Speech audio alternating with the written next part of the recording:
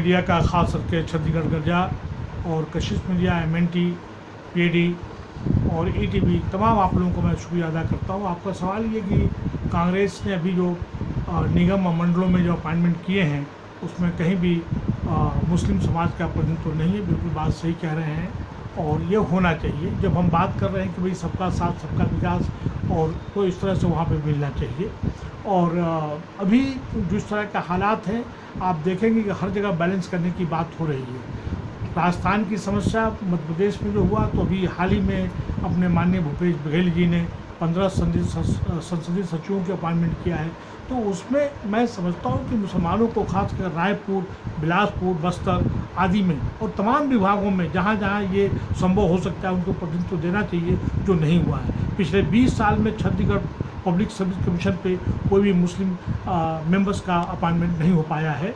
और पिछले मैं बताऊँ कि पिछले 20 साल में कांग्रेस की ये जो है बाकायदा ये ऐलान किया गया था, अनाउंस किया गया था जब पहली बार सरकार बनी थी कि ख्वाजा गरीब नवाज यूनिवर्सिटी वहाँ बनेगी और उससे जुड़े हुए कॉलेजेस पूरे बस्तर में, अंबिकापुर में, बिलासपुर में हर जगह बनेगा। अब ये हाल ही में जो है अपने अकबर साहब ने यह बात कही कि मुस्लिम्स माइनॉरिटीज़ जो है बॉयज़ एंड गर्ल्स हॉस्टल जो है रायपुर में, राजनांदगांव में कोरधाम बनेंगे।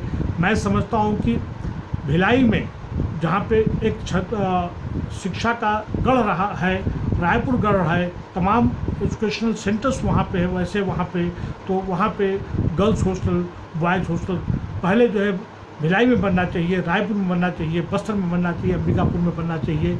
और उसके साथ साथ में अब मैं आता हूँ, देखिए ख्वाजा गरीब नवाज यूनिवर्सिटी के साथ साथ में हज हाउस पिछले 20 साल में नहीं बन पाया है।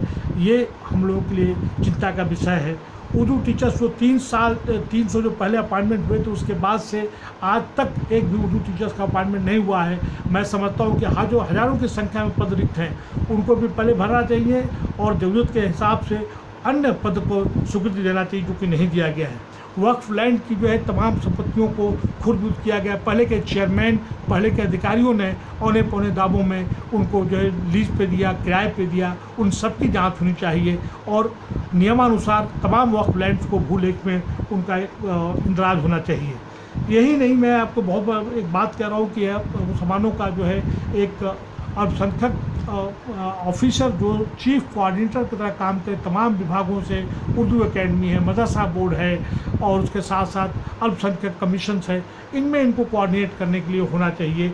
और इनको साथ साथ में जो भी फाइनेंस की दिक्कत आती है वो फाइनेंस का इंतजाम होना चाहिए, अनुदान देना चाहिए। और उसके लिए एक बहुत जरूरी है कि हम लोग अपनी आवाज़ को उठाएँ। जो भी मुख्तलिफ जो विभिन्न पार्टियों में हैं, जो नेता हैं, उनको समय समय पे हाई कमान के सामने, PL पुनिया के साहब के सामने, माननीय भूपेश बघेल जो अपने चीफ मिनिस्टर उनके सामने उनको अपनी समस्याओं को ले जाना चाहिए, उठाना चाहिए, आवाज़ बुलंद करना चाहिए। आप तमाम मीडिया वालों का बहुत बहुत शुक्रिया, धन्यवाद।